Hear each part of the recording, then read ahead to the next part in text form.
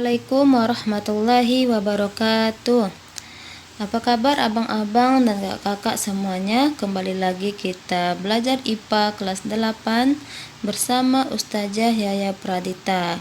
Nah, kali ini kita akan belajar tentang zat aditif dan zat adiktif. Dan pada pertemuan kali ini kita akan membahas tentang zat aditif. Sebelum memulai pelajaran kita, marilah kita membaca basmalah. Bismillahirrahmanirrahim. Zat aditif. Zat aditif adalah suatu zat yang ditambahkan ke dalam sebuah produk makanan atau minuman dengan tujuan untuk mempercantik warna, menguatkan rasa, mengatur keasaman, memperpanjang umur penyimpanan produk, mempertahankan nilai gizi makanan karena selama proses pengolahan makanan ada zat gizi yang rusak atau hilang, dan juga bertujuan untuk agar makanan lebih menarik. Berdasarkan fungsinya, zat aditif dibagi menjadi 4. Yang pertama pewarna, yang kedua sebagai pemanis, yang ketiga sebagai pengawet, dan yang keempat adalah penyedap rasa. Yang pertama kita bahas adalah bahan pewarna. Pewarna adalah bahan yang ditambahkan ke dalam makanan atau minuman untuk memperbaiki atau memberikan warna agar terlihat lebih menarik. Berdasarkan sumbernya, bahan pewarna dibagi menjadi 2. Yang pertama bahan alami, dan yang kedua adalah bahan buatan atau sintetis. Bahan pewarna alami dan buatan. Yang pertama warna merah.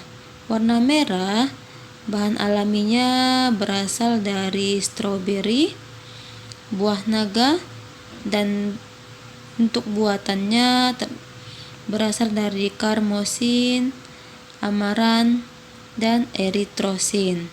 Sedangkan warna kuning itu alaminya bisa berasal dari wortel dan buatannya berasal dari sunset follow FGF dan tartrazin.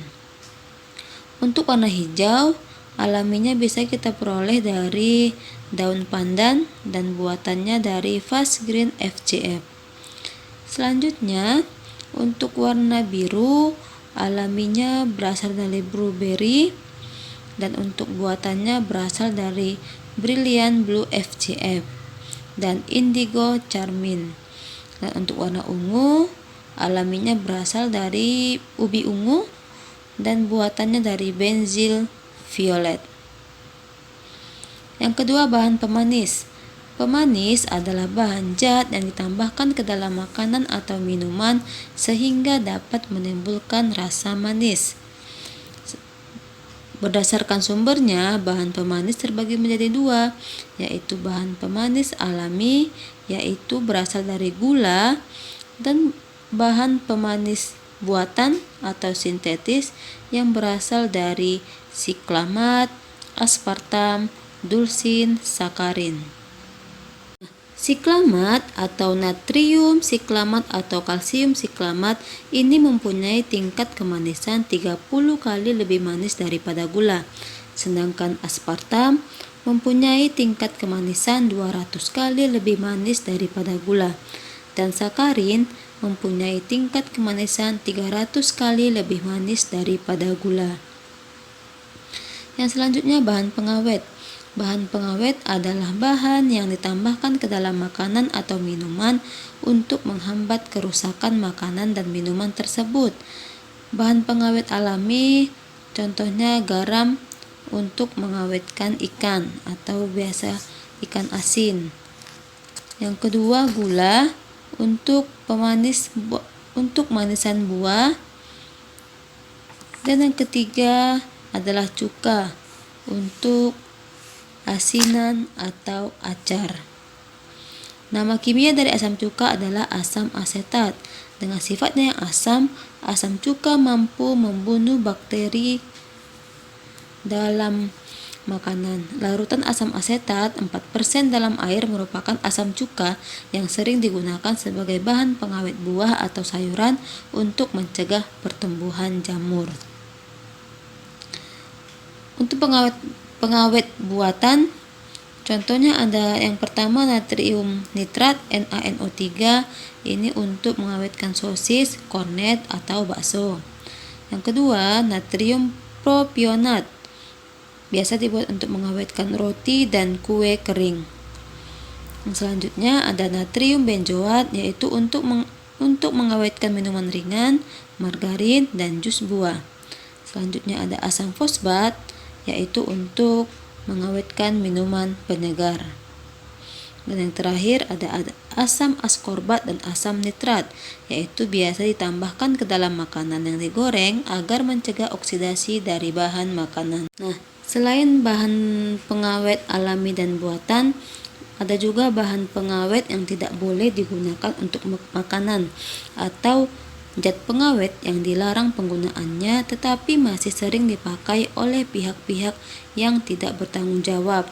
Contohnya yang pertama adalah formalin, biasa digunakan untuk pengawet mie, padahal formalin dapat menyebabkan kanker dan iritasi pada lambung. Yang kedua yang biasa dipakai orang adalah boraks. Boraks ini biasa dibuat sebagai pengawet bakso. Boraks dapat menyebabkan gangguan pada sistem saraf, ginjal, hati, dan kulit. Yang kedua, dapat menyebabkan gejala pendarahan di lambung dan gangguan stimulasi saraf pusat. Dan penyebab yang ketiga adalah terjadinya komplikasi pada otak dan hati. Boraks dapat juga menyebabkan kematian jika ginjal mengandung boraks sebanyak 3-6 gram. Selanjutnya adalah penyedap rasa. Penyedap adalah bahan atau zat tambahan pada makanan yang berfungsi untuk meningkatkan rasa yang telah ada pada makanan atau minuman tanpa memberi rasa baru pada makanan atau minuman tersebut. Nah, penyedap juga dibagi dua, yaitu penyedap alami dan penyedap buatan. Penyedap alami terdapat pada gula, garam, dan rempah-rempah. Nah, garam dapur merupakan penyedap yang paling sering ditambahkan ke dalam makanan.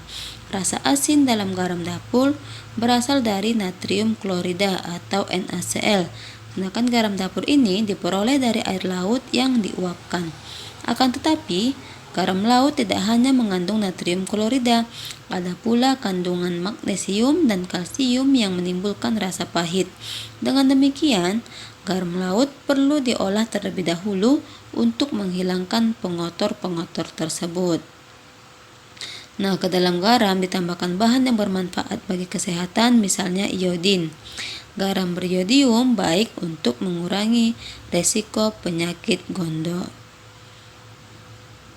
Selanjutnya adalah penyedap buatan atau monosodium glutamat atau MSG.